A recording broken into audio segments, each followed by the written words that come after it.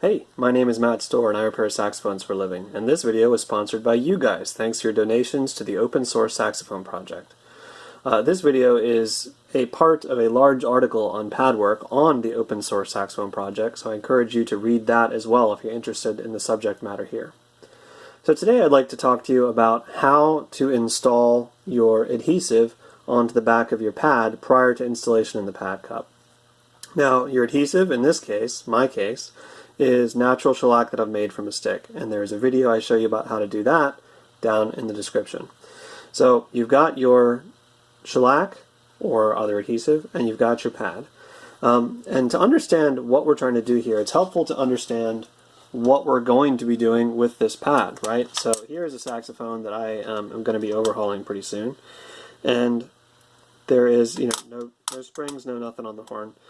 But you can see here that the tone hole, right, if we imagine that the tone hole is a flat plane, right, and we try to align it like that, so that we are looking at that plane edge on, and then we close the pad, we can see there's a point at which the plane described by the pad cup and the plane described by the tone hole are parallel. Now, it is at that point that we want our pad, when it's sitting in there, plus the adhesive to equal that distance, right? From the back of the pad cup to the tone hole itself is going to be equal to the distance that is taken up by the pad plus the adhesive.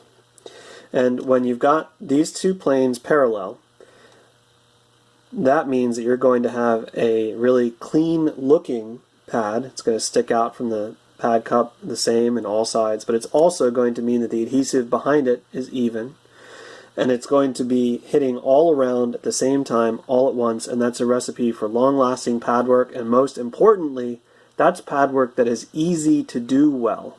If you've ever been trying to do pad work, it just doesn't seem like it seats. Assuming that you've got tone holes that are relatively level, that you've got pad cups that are straight and that are parallel to the plane of the tone hole, the issue most likely is that your adhesive, you've either got too much, too little, or you've got air bubbles behind it. So what we're trying to do is add enough adhesive to the back of this pad here so that the total thickness of the pad plus the adhesive equals exactly the missing space between the back of the pad cup and the tone hole when those two things are parallel to each other. Okay? So you can see here, this is a normal pad. This is a junker. It's not the kind I use, but it's close. You've got a cardboard back, you've got a rivet in the middle, and you've got the leather wrapped around the side. And you can see that the leather being wrapped around the side leaves kind of a hollow in the middle, right? So we want to put enough adhesive on here that it is going to evenly meet the tone hole in the back, right? Which means we're going to need to have a little bit more in the middle than we do in the edges. Now, the way that we're going to do this today, a little different than how I usually do it. I'm going to use an alcohol lamp because it fits better on the desk in front of me. Normally I use this guy. This is a 00 tip on a Smith acetylene air torch. I really like the flame this makes. But alcohol lamp is a bit cheaper, and if it lights, there we go. It's kind of the old school way of doing it anyways. We also need a bench anvil, and you'll see why in a minute. Let's see if I can bring this here, bring this here. Okay, now I'm going to be doing this through the viewfinder with tools I'm not 100% familiar with, so let's hope I don't screw up or burn myself. So the first thing you need to do is go ahead and hold your pad. I do that with a pin vise, so that's a needle inside of a little pin vise, and this has to be nice and sharp and it has to be very smooth, otherwise it can tear the leather as it goes in. But at the very end I'll show you a trick to make this tiny hole we're about to make even smaller. And I usually make that hole like kind of above the water line, so in other words that sits behind the edge of the pad cup so it's not visible once it's installed. Okay, so you've got your pad. Now when you use a pin vise, it's going to hold it in place up and down, but it won't stop it from rotating. So you'll notice I've got my finger down here. But know that the heat from the shellac will travel through that rivet and heat this up, so keep your finger off to the side from the actual center. Alright, now this will be a little bit tricky, but let's see if I can do it. So you want to heat up your shellac, And we're trying to apply this evenly. So I want to get the shellac heated up evenly. Let that heat travel into the shellac. Get it warm. And then we paint the pad from the outside going in.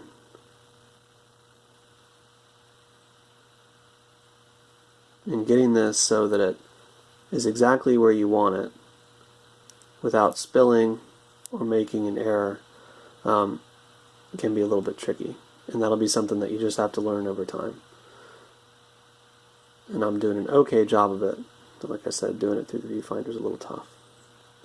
Now the overall amount that you want to put on here usually is about the thickness of a business card. Now obviously there's going to be more of it than that in the middle of the pad because there's a depression in the middle of the pad relative to the rest of it.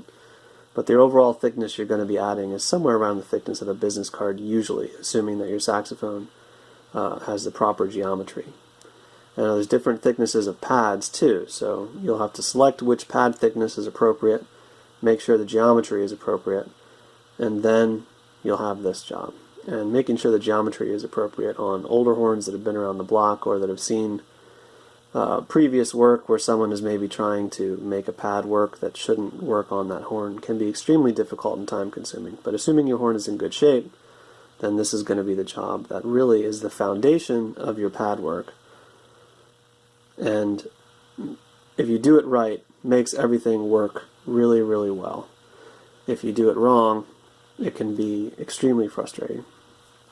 Okay, so after you get the shellac that you want on there, you go ahead and you flip it over and flatten that shellac out on your bench anvil, which is cold and slick and will cool the shellac without making it stick.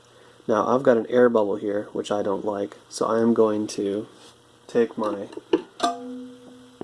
normal torch, and you can actually, when you've got a decent covering of shellac, you can heat that stuff up and it'll flow without burning the pad.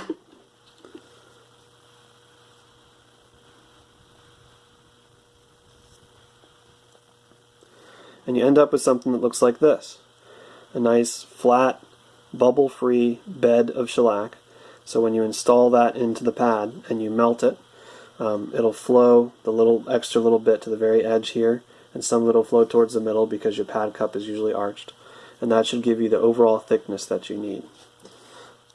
Here's a couple other examples. Now you want it to be without any bubbles, and you want it to be nice and flat.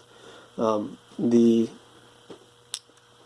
air bubbles, if you've got them, will expand when you heat it and push the pad away, and you'll think that you've got it seated, and then when it cools it shrinks back and kind of pulls it shut because there's going to be a vacuum back there if you've got a bubble in the middle. You want it to be nice and flat like this because starting off flat, starting off with the adhesive evenly distributed, makes it a lot easier to heat things up, right? Because when you first put this into the pad cup and you're heating up the pad cup is going to have to touch the shellac, right, to impart its heat well. So the flatter it is, the more places it'll touch at once, and the more evenly your shellac will heat up.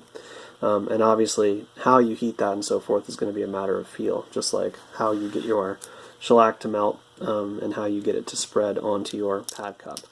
But if you're starting off with a horn with good geometry and you put the correct amount of adhesive onto your pad so that the overall thickness of the pad plus the adhesive is what you need, you will find that pad work is extremely quick and easy. Getting it to be that way is a matter of experience and finesse, and I'm still working on it, and I will be working on it for the rest of my career. But when it goes right, boy, it's really easy. And boy, that pad work lasts a long time.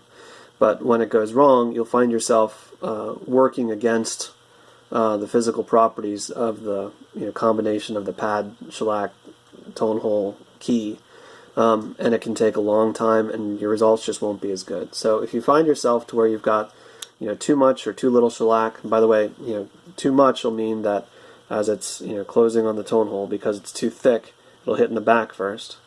Too little means it's too thin, so it'll hit in the front first. And if it's uneven or something, then sometimes it'll squish. You can squish it over to the other side. That's called floating. But when you've got everything where it's supposed to be, it really works well. If it's not where it's supposed to be, you can spend way more time than you should working on that pad. And if you find yourself spending too much time on a pad, look for the problem, because it shouldn't be that difficult. You've either got a wavy pad, a wavy tone hole, incorrect geometry between the pad cup and the tone hole, or your adhesive is too much or too little, or improperly distributed behind the pad cup. But if you get all that stuff right, you can look forward to a pleasant experience doing pad work and long-lasting, good-looking, well-sealing, good-feeling pad work at the end of it. Hope this was helpful, useful, informative. My name is Matt Stohrer. I repair saxophones for a living. If you have any comments, questions, or suggestions, please feel free to leave them in the comments below, or you can email me or even give me a call. Thanks for watching. And I forgot to show you how to make this hole disappear, not disappear, how to shrink it if you have a visible hole in the side of your pad at the end. And this was told to me by Randy Emmerich, who has a really cool YouTube channel full of neat saxophones, if you haven't seen them. So all you do is you take a pad slick, make sure it's nice and clean, heat up the end of it, not like white hot or anything, just pretty warm, too hot to touch. And then you take it to the hole and you iron it a little bit, and it's pretty much gone.